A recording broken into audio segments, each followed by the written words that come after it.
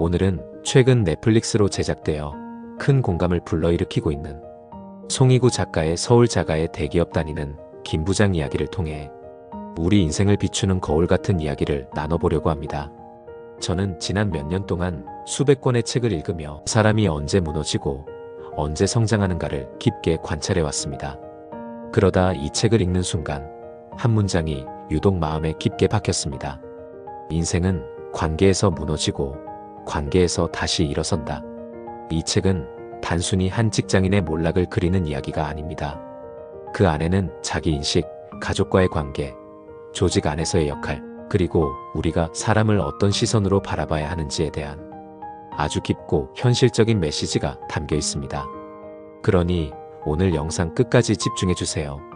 김 부장의 이야기를 따라가다 보면 어느 순간 묘하게 불편한 감정이 올라오기 시작합니다. 그의 행동과 말투, 선택들이 도저히 남의 이야기처럼 느껴지지 않기 때문입니다. 그러다 문득 이런 질문이 마음속에서 스스로 떠오르게 됩니다. 나도 김 부장처럼 내 기준과 생각만 움켜쥔 채 나만의 세계에 갇혀 살고 있는 것은 아닐까? 이 질문이 자연스럽게 떠오르는 이유는 단순합니다. 김 부장의 이야기가 특별한 누군가의 문제가 아니라 우리 모두가 일상에서 반복하고 있는 관계의 패턴과 감정의 흐름을 그대로 비추고 있기 때문입니다. 그리고 영상을 끝까지 보고 나면 여러분 자신의 관계를 다시 세우는 방법이 지금보다 훨씬 선명하게 보이기 시작할 것입니다. 김 부장, 우리가 너무 잘 아는 그 사람. 주인공은 50대 중반 대기업 부장입니다. 그랜저 신형 블랙 세단, 태그 호이어, 몽블랑 가방. 25년 동안 한 번의 진급 누락도 없이 성실함과 눈치, 그리고 상사의 마음을 읽는 기술로 그는 조직에서 안정된 자리라는 것을 확보해 왔습니다. 스스로도 꽤 괜찮은 인생을 살고 있다고 생각합니다. 샤워하면서 이런 생각도 하죠. 나 정도면 잘 살아온 거지. 나보다 못한 사람들도 많은데.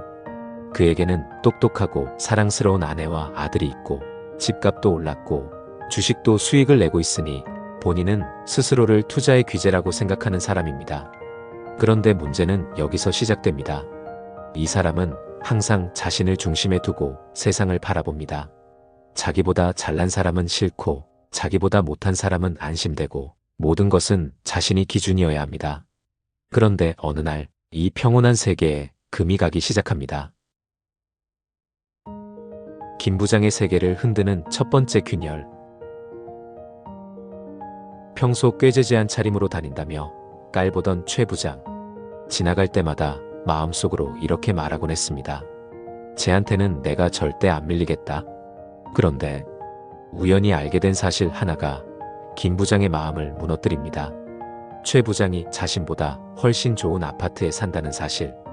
그 순간 김 부장의 머릿속에서는 이성보다 분노가 먼저 올라옵니다. 아니, 어떻게 최 부장, 저 사람이 25년 동안 회사라는 세계에서 살아오며 늘 기준은 직급과 연봉이었고 그 기준으로 자신이 항상 우위라고 믿어온 김 부장에게 이 사실은 받아들이기 어려운 진실이었습니다. 게다가 상무님은 왜 갑자기 골프 약속에 최 부장을 끼워 넣는 건가? 김 부장은 이유를 알 수 없어 또 불안해집니다. 그런데 진실은 간단했습니다. 상무님과 최 부장은 같은 아파트 커뮤니티 골프장에서 친해졌던 것이죠. 김 부장은 그 사실을 알고 나서 더 큰 충격에 빠집니다. 내가 가진 모든 기준이 사실은 나만의 착각이었구나. 가족의 균열. 집에서도 문제가 생깁니다. 대학교 졸업을 앞둔 아들이 대기업 취업을 원하지 않는 것이죠. 아들은 방에서 물건을 팔고 창업을 준비합니다. 요즘 시대의 젊은이들이 일상적으로 하는 방식이지만 김 부장에게는 말도 안 되는 일입니다. 대학까지 보내놨더니 장사를 한다고? 그 말에 아들은 깊이 상처받습니다. 하지만 아내는 조용히 아들 방 문을 닫으며 말합니다. 내 인생은 내가 결정하는 거야. 아빠는 내가 잘 말해볼게. 기죽지 말고 내가 하고 싶은 거 해. 이 장면에서 저는 책을 읽다가 진짜 울컥했습니다. 가족 안에서 누군가의 응원은 때로는 수십 년의 상처를 단번에 치유하는 힘을 갖죠. 아내는 언제나 그 역할을 하고 있었습니다. 지방 공장 발령, 김 부장의 세상의 경고. 그리고 결국 김 부장의 인생을 뒤흔드는 가장 큰 사건이 찾아옵니다. 지방 공장 발령. 명령서를 본 순간 그의 머릿속에는 이런 생각만 가득합니다. 이건 나를 밀어내려는 거잖아. 정말 내가 쫓겨나는 건가? 상무님은 김 부장을 불러 처음으로 마음속 깊은 충고를 건넵니다. 자네는 눈과 귀를 닫고 있어. 리더의 자리에 올랐으면 리더답게 팀원들이 빛날 수 있도록 뒤에서 받쳐야 하는데 자네는 오히려 팀원들의 빛을 가리고 있어. 상무님은 이어서 말합니다. 샐러드에 콜라를 뿌리면 그 샐러드는 망가지는 법이야. 팀이라는 샐러드 안에서 자네는 콜라야. 그 말은 김 부장의 가슴을 아프게 찔렀습니다. 하지만 받아들이기 힘들었습니다. 내가 뭘 잘못했다고? 사람은 자기 잘못을 인정하기 전까지 그 어떤 조언도 들리지 않습니다. 퇴직 권고와 무너진 자존심, 나는 누구였나? 결국 지방 공장에 도착한 첫날, 인사팀은 그에게 조용히 퇴직을 권합니다. 그 자리에서 김 부장은 25년 동안 쌓아온 자존심이 산산조각 나는 소리를 몸으로 느낍니다. 내가 이렇게 끝나는 건가? 결국 그는 퇴직금을 조금 더 받는 조건으로 조용히 회사를 떠납니다. 집에 돌아와 아내에게도 말하지 못한 채 혼자 상가를 계약합니다. 그동안 출장을 다니며 들었던 여기 신도시 상가 좋다더라라는 아주 얕은 정보 하나에 기대어.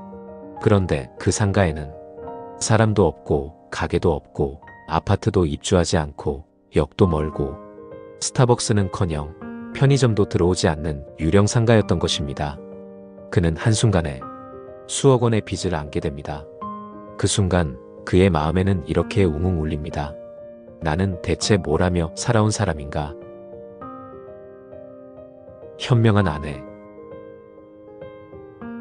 그의 아내는 어느 날 조용히 말합니다. 10년 전 기억나? 당신이 집값 거품이라고 안 산다고 했던 집. 그때 내가 혼자 가서 계약했잖아. 그 집 안 샀으면 지금 우리 평생 집 못 샀을 거야. 김 부장은 아무 말도 하지 못합니다. 그런데 아내는 남편을 상처 주지 않기 위해 이렇게 말합니다.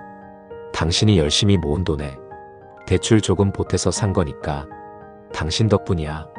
어떤 아내가 이런 말을 할 수 있을까요? 경험과 지혜와 사랑을 모두 가진 사람만이 할 수 있는 말이죠. 공황 발작. 상가 문제, 퇴직 문제, 무너진 자존심과 정체성. 어느 날 김 부장은 가슴이 조여오며 숨쉬기조차 힘들어집니다. 병원에서는 정신과 상담을 권하지만 그는 이렇게 말합니다. 내가 무슨 정신병자야? 절대 못 가. 그러나 아내는 조용히 그의 손을 잡고 말합니다. 당신은 아픈 게 아니야. 지금 너무 힘든 거야. 도와줄 사람에게 가보자. 우리 함께 가. 그제야 김 부장은 조심스럽게 마음을 엽니다. 정신과 의사는 김 부장에게 말합니다. 모든 성인은 여전히 유아기, 청소년기의 연장선에 있습니다. 어릴 때 받지 못한 인정과 공감이 성인이 되어서도 관계에 그대로 나타나는 거예요. 그 말은 김 부장의 마음 한가운데를 정확하게 찌릅니다. 그제야 그는 깨닫습니다. 나는 평생 인정을 갈구하며 살았구나. 그래서 자존심만 지키려 했구나. 세차장 노동, 처음으로 손에 물을 묻히다. 결국 그는 큰형의 카센터에서 일하게 되고 빈 공간에 작은 세차장을 시작합니다. 평생 엘리트 코스를 걸어온 그에게 세차는 너무나 낯선 노동이었습니다. 허리를 굽히고 손을 적시고 차를 닦으며 처음으로 땀을 경험합니다. 처음에는 손이 떨리고 실수도 하고 너무 힘들었지만 그는 계속합니다. 왜냐하면 가족을 위해서, 그리고 나 자신을 위해서 처음으로 제대로 살아보고 싶어졌기 때문입니다. 아들의 선물. 새벽에 세차장으로 나가는 날, 신발장 옆에서 김 부장은 작은 상자를 발견합니다. 그 안에는 새 가방과 편지. 아빠, 새로운 일을 하신다고 들었어요. 정말 멋지고 존경스러워요. 알바에서 모은 돈으로 아빠 가방 샀어요. 항상 응원합니다. 사랑해요. 김 부장은 그 자리에서 조용히 눈물을 흘립니다. 그동안 아들에게 쏟았던 말들이 떠오르고 후회가 밀려옵니다. 아들은 이미 훌륭한 어른이었구나. 못 본 사람은 나였구나. 우리는 김 부장을 보며 쉽게 말할 수 있습니다. 저렇게 살아서 저렇게 된 거지. 하지만 책은 여기서 멈추지 않습니다. 조용히 되묻습니다. 당신은 정말 그와 다르게 살고 있습니까? 직장에서 팀원들의 마음을 제대로 들여다본 적이 있는지, 가족의 목소리에 귀를 기울인 적이 있는지, 자존심이 앞서서 중요한 것을 놓친 적은 없는지 우리 스스로에게 묻게 됩니다. 김 부장의 이야기를 읽다 보면 어떤 순간엔 웃음이 나고 어떤 순간엔 답답함이 올라오고 또 어떤 순간엔 마음 깊은 곳이 서늘해집니다. 왜냐하면 우리는 알고 있기 때문입니다. 그의 모습 속에 우리의 그림자도 숨어 있다는 것을. 팀원 위에 서고 싶어서 상대의 감정을 살피지 못했던 순간들, 가족을 위한다는 명목 아래 사실은 내 욕심을 합리화했던 순간들, 존중받고 싶다는 마음 하나 때문에 불필요하게 날카로워졌던 순간들. 책을 읽다 보면 김 부장은 우리 바깥에 있는 누군가가 아니라 우리 안에서 다양한 얼굴로 살아 움직이는 존재임을 깨닫게 됩니다. 그리고 주변 사람들의 모습 속에서도 조금씩 다른 형태의 김 부장을 발견하게 됩니다. 상처를 드러내지 못하는 아버지, 팀원들을 믿지 못하는 리더, 자존심 때문에 대화를 망설이는 동료. 그 모습들을 바라보는 순간 우리는 문득 이런 사실을 이해하게 됩니다. 사람을 바꾸는 건 강한 충격이나 큰 사건이 아니라 관계를 바라보는 눈이 바뀌는 순간부터 시작된다. 김 부장이 변할 수 있었던 이유도 나이가 많아서가 아니었습니다. 특별한 능력이 있어서도 아니었습니다.